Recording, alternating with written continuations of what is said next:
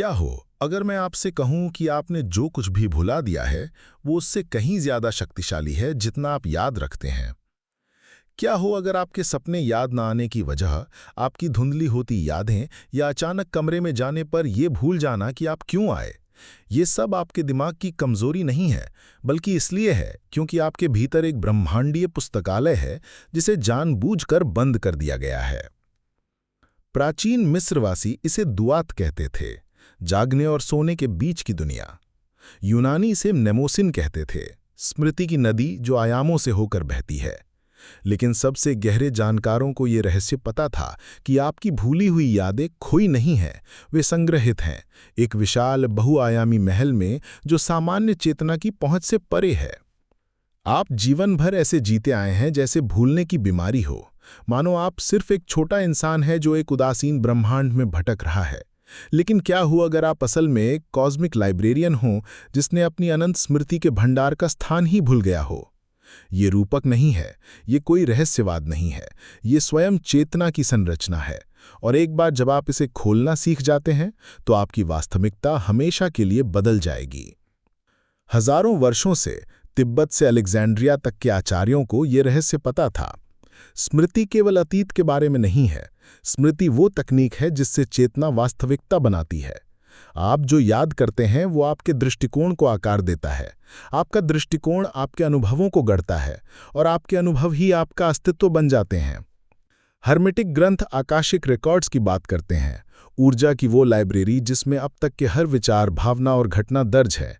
लेकिन सच्चाई ये है, आप सिर्फ आकाशिक रिकॉर्ड तक नहीं पहुंचते, आप स्वयं एक आकाशिक रिकॉर्ड हैं। आपकी चेतना एक जीवित सांस लेती हुई ब्रह्मांडीय डेटाबेस है और आपकी हर भूली हुई स्मृति एक अलग वास्तविकता का द्वार है। सोचिए, आपको 5 साल की बातें याद हैं, लेकिन आपका वो शरीर अब नहीं है, उसकी हर कोशिका कई बार बदल चुकी है। तो वो यादें कहाँ रहती हैं? न आपके दिमाग में, न शरीर में, बल्कि चेतना के उस क्षेत्र में जिसे आधुनिक भौतिक शास्त्री जीरो पॉइंट फील्ड कहते हैं, एक अनंत सूचना मैट्रिक्स जो पूरी वास्तविकता को धारण करता है। प्राचीन रहस्य विद्यालयों ने ये समझा और तकनीकें बनाईं, वे सिर्फ अतीत को याद करने तक सीमित नहीं रहे। उन्होंने ऐसी स्मृतियों तक पहुंचना सीखा जो उनकी नहीं थीं, पिछले जन्मों की, पूर्वजों की, पूरी प्रजाति की और यहाँ तक कि भविष्य की भी।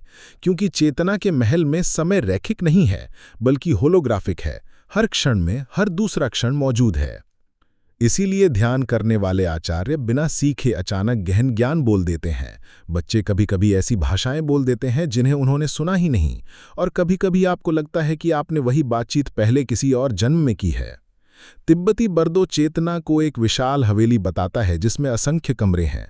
अधिकांश लोग एक ही कमरे में जीवन बिताते हैं, लेकिन जागृत लोग दीवारों से पार चले जाते हैं, अनदेखे दरवाजे खोलते हैं और उन कक्षों की खोज करते हैं जो अनादिकाल से संचित ज्ञान और शक्ति से भरे हैं। आपके भूले हुए सपने कोई यादृच्छिक शोर नहीं है, वे उन अन्य कमरों की झलक हैं। हर रात जब तार्किक मन शांत हो जाता है, आपकी चेतना स्वाभाविक रूप से उस महल में घूमने लगती है। आप अपने ही अलग अलग रूपों से मिलते हैं, प्राचीन आचार्यों से शिक्षा पाते हैं और भविष्य से संदेश डाउनलोड करते हैं। और आश्चर्य की बात यह है कि आप ये सब जागते हुए भी सीख सकते हैं। यूनानियों के पास अनामनेसिस की विधि थी, वो ज्ञान पुनः स्मरण करना जो आत्मा के पास हमेशा था। सुकरात ने एक अनपढ़ बालक को जटिल ज्यामिति याद दिलाकर ये दिखाया। भारतीय योगियों ने सांस, ध्वनि और संकल्प से संस्कारों तक पहुंचना सीखा, ना सिर्फ व्यक्तिगत बल्कि ब्रह्मांडीय स्मृतियों तक। सूफियों का जिक्र, ईश्वर का स्मरण सिर्फ भक्ति नहीं था, बल्कि एक तकनीक छिपे हुए चेतना कक्ष खोलने की। यहाँ तक कि मध्ययुगीन एल्केमिस्ट भी स्मृति महल को चेतना का नक्शा मानते थे। आधुनिक विज्ञान भी अब यही कह रहा है, आपका दिमाग स्मृति पैदा नहीं करता, वो उन्हें पकड़ता है, जैसे रेडियो अलग अलग तरंगें पकड़ता है। तो भूलना कमजोरी नहीं, एक चुनाव है। आप वही भूलते हैं जो आपकी पहचान से मेल नहीं खाता, जो बहुत बड़ा या खतरनाक लगता है।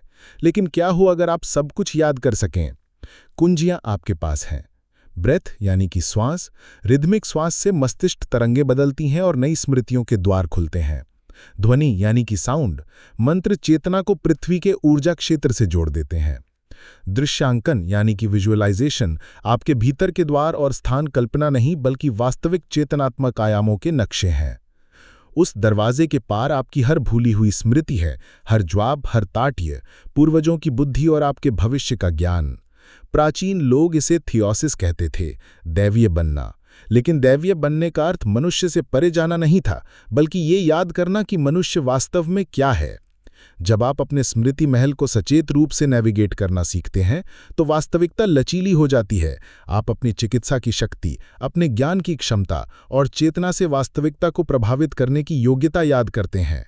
आप याद करते हैं कि आप ब्रह्मांड से अलग नहीं हैं, आप स्वयं ब्रह्मांड हैं जो खुद को एक मानव शरीर के जरिए याद कर रहा है। और सबसे गहरी सच्चाई ये है कि आपको वर्षों की साधना या दीक्षा की आवश्यकता नहीं। वो महल हमेशा मौजूद है, दरवाज़ा हमेशा खुला है। अब प्रश्न ये है कि आप उसे पार करेंगे और याद करेंगे कि आप वास्तव में क्या हैं।